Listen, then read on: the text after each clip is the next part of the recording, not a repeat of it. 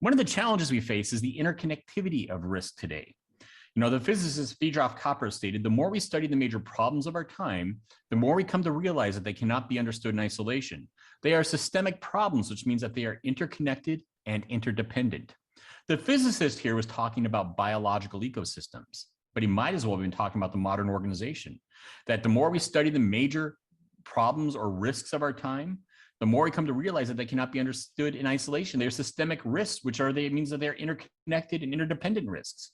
COVID-19 is a stellar example.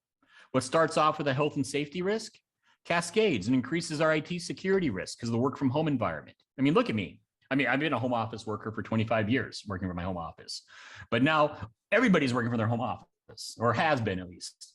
But you look around me, my speaker in front of me is connected to the internet. My TV is connected, my wall outlet, my exercise bike, my blender in my kitchen is connected to the internet. I can program with my iPhone. I have no idea why I'd want to program my blender with my iPhone, but I can. Now, if any of these devices have some type of Trojan horse or backdoor installed, that can compromise my home network. And this happens. Think SolarWinds from a year ago, a Trojan horse, a backdoor that compromised corporate networks. And so we have increased IT security risk. We have increased risk of fraud because of COVID-19. There's economic constraints. There's greater risk that people might commit fraud on their corporate expense reports and other things because they're under constraints. They're concerned about the economy. There's greater risk of bribery and corruption. U.S. Foreign Corrupt Practices Act, U.K. Bribery Act, CEP and DO in France. There's restrictions on import, export, limited government contracts. There's greater risk that somebody might bribe a foreign government official to expedite their goods through customs or to gain that government contract. We've increased risk of FCPA and other bribery and corruption regulations. We have increased risk of modern slavery. In our supply chain, those factories go dark, and all of a sudden they're because of illness and they're being reopened with child labor and forced labor.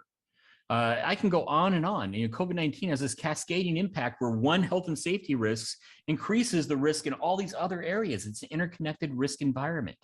Conduct risk. We're on a Zoom and team meetings and things. People aren't in the corporate conference room and they're sitting on these meetings and they're saying things that would never be allowed in a corporate building. Things that cross the line of harassment and discrimination because they think different rules apply because they're at home working. They're not in the corporate office.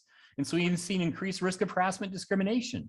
And now we have increased risk coming out of COVID of rogue policies where managers don't like the organization's policies on vaccines or personal protective equipment like masks and things. And they're rewriting policies, whether they think they need to be stricter or looser. And they're putting legal liability and exposure upon the organization because a policy communicated by a manager, even if it's a rogue policy, establishes a duty of care.